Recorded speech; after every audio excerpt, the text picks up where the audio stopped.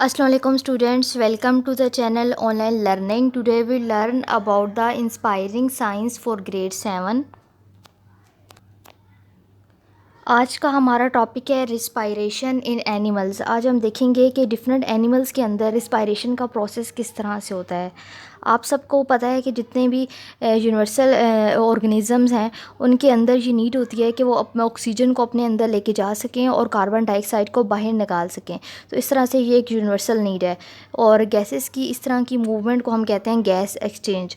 और different animals के अंदर ये जो गैस एक्सचेंज का जो प्रोसेस होता है वो डिफरेंट तरह से होता है। सबसे पहले हम देखते हैं कि बैक्टीरिया के अंदर जो गैस एक्सचेंज है वो किस तरह से होता है। आप सबको पता है कि बैक्टीरिया जो है वो सिंगल सेल्ड ऑर्गेनिजम्स हैं, यानी कि उनकी जो बॉडी है उसके अंदर जो है वो सिर्फ एक सेल होता है, वो एक सेल से मिलके बने होते हैं।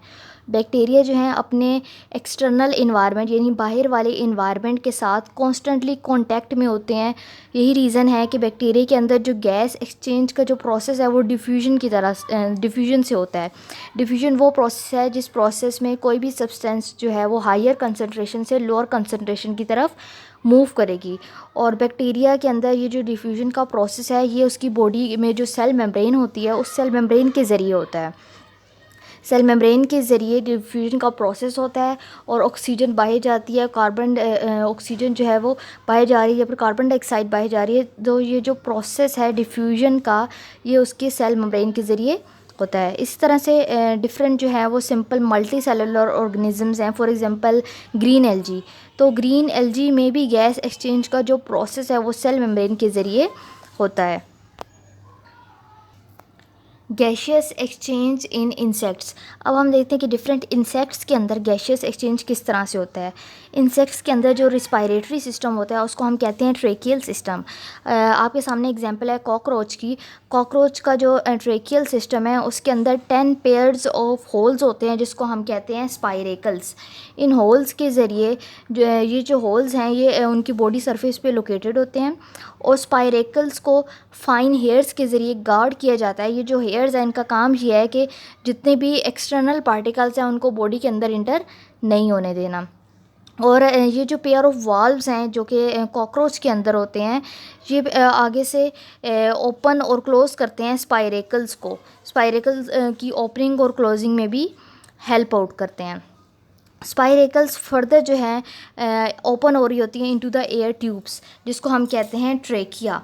स्पाइरेकल जो है वो आगे से जाके एक एयर ट्यूब के अंदर ओपन होती है, इस एयर ट्यूब को हम कहते हैं ट्रेकिया। और ऑक्सीजन जो है जब एटमॉस्फेयर से एब्जॉर्ब होती है तो वो डायरेक्टली एब्जॉर्ब होती है ट्रेकिया के अंदर एब्जॉर्ब होती है, जो ट्रेकिया है। और जो कार्बन डाइऑक्साइड है जो कि कॉकरोच के अंदर ज़्यादा अमाउंट में होता है वो भी इसी ट्रेकिया के ज़रिए उसकी जो है वो एब्जॉर्प्शन हो रही होती है। कार्बन डाइऑक्साइड जो लास्ट जो 6 पेयर्स ऑफ स्पाइरेकल्स होते हैं इनके ज़रिए कार्बन डाइऑक्साइड मूव आउट कर जाता है, यानी कि बॉडी से बाहर चला जाता है। गैशियस एक्सचेंज इन फिशेस। अब हम देखते हैं कि फ़िशेस के अंदर गैशियस एक्सचेंज किस तरह से होता है। फ़िशेस के अंदर जो है गैस एक्सचेंज के लिए स्पेशलाइज तरह के स्ट्रक्चर्स होते हैं जिसको हम कहते हैं गिल्स। और गिल्स जो हैं वो आगे से large number of thread like structure से मिलके बने होते हैं जिसको हम कहते हैं गिल फिलामेंट्स। और ये जो फिलामेंट्स हैं इनको स्मॉल ब्लड वेसल जो हैं सराउंड करती हैं। इन स्मॉल ब्लड वेसल्स को हम कहते हैं कैपिलरीज। गिल्स के अंदर गिल्स को जो सपोर्टिंग के लिए उसके अंदर गिल्स के अंदर सॉफ्ट बोनी स्ट्रक्चर्स होता है जिसको हम कहते हैं गिल आर्च। ये क्या करता है गिल आर्च उन गिल्स को सपोर्ट कर रहा होता है। जब भी वाटर फ्लो करता है गिल फिलामेंट्स के ऊपर जब भी वाटर फ्लो कर रहा होता है तो इस वाटर फ्लो के दौरान एक्सचेंज ऑफ गैस हो रहा होता है। एक्सचेंज ऑफ गैस किसके दरमियान हो रहा होता है? कैपिलरीज और वाटर के दरमियान। और कैपिलरीज के अंदर जो ब्लड है वो क्या करता है, वो वाटर से ऑक्सीजन को अपने अंदर एब्जॉर्ब कर लेता है और कार्बन डाइऑक्साइड को बाहर निकाल देता है। और इस तरह से ऑक्सीजन की जो ट्रांसपोर्ट है वो ब्लड के ज़रिए होती है। इसीलिए जब भी फ़िश अपने अंदर वाटर को टेक इन करेगी यानी अपने वाटर को अपने अंदर लेके जाएगी फ़िश, तो उस वाटर के ज़रिए ऑक्सीजन भी फ़िश के अंदर जा रही होती है। तो इस प्रोसेस को हम कहते हैं इंस्पायरेशन। और जब फ़िश जो है वाटर को बाहर निकालेगी, अपनी बॉडी के अंदर से बाहर निकालेगी, तो इस प्रोसेस को कहते हैं एक्सपायरेशन। गैशियस एक्सचेंज इन फ्रॉग्स। अब हम देखते हैं कि फ्रॉग्स के अंदर गैस एक्सचेंज किस तरह से होता है। फ्रॉग्स एम्फीबियंस हैं। एम्फीबियंस का मतलब ये है कि फ्रॉग्स जो है वो वाटर में भी रह सकते हैं और लैंड पे भी रह सकते हैं, यानी वो वाटर और ज़मीन दोनों जगह पे रहते हैं।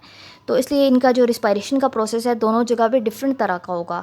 जब फ्रॉग्स वाटर में होंगे, पानी के अंदर होंगे, तो फ्रॉग्स के अंदर जो ब्रीथिंग का प्रोसेस है, रिस्पायरेशन का प्रोसेस है, वो इनकी स्किन के ज़रिए होगा। जैसे कि आप इस पिक्चर में देख सकते हैं, स्किन के ज़रिए ऑक्सीजन की बॉडी से बाहर जा रही है और कार्बन डाइऑक्साइड बॉडी में इंटर हो रही है।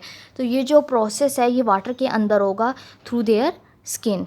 इसी तरह से फ्रॉग्स जब लैंड के ऊपर आ जाएंगे, ज़मीन के ऊपर आ जाएंगे, तो फ्रॉग्स में जो रिस्पायरेशन का प्रोसेस है वो दो ऑर्गन्स के ज़रिए होगा।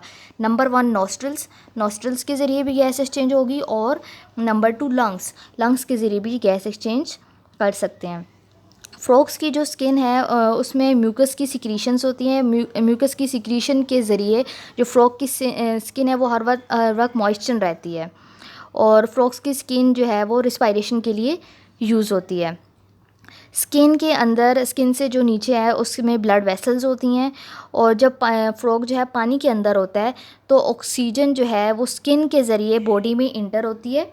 बॉडी में इंटर होने के बाद वो जाती है ब्लड स्ट्रीम में। तो इस तरह से जो फ्रॉग्स की जो रिस्पायरेशन है वो डिफरेंट होती है। वाटर में वो डिफरेंट ऑर्गन्स यूज़ करता है रिस्पायरेशन के लिए, और लैंड पे वो डिफरेंट ऑर्गन्स यूज़ करता है। गैशियस एक्सचेंज इन अर्थवर्म्स। अब हम देखते हैं कि अर्थवर्म्स के अंदर गैस एक्सचेंज किस तरह से होता है।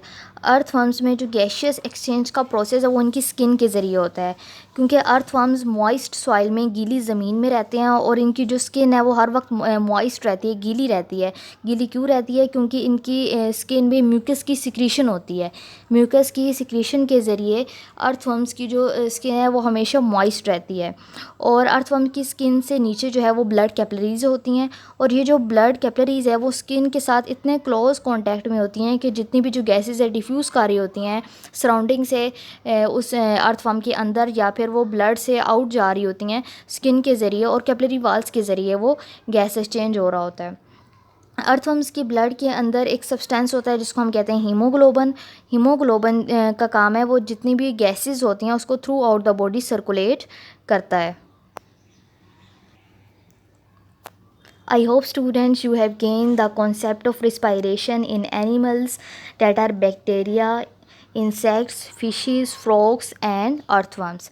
If you like my video, kindly subscribe my channel. Allah Hafiz.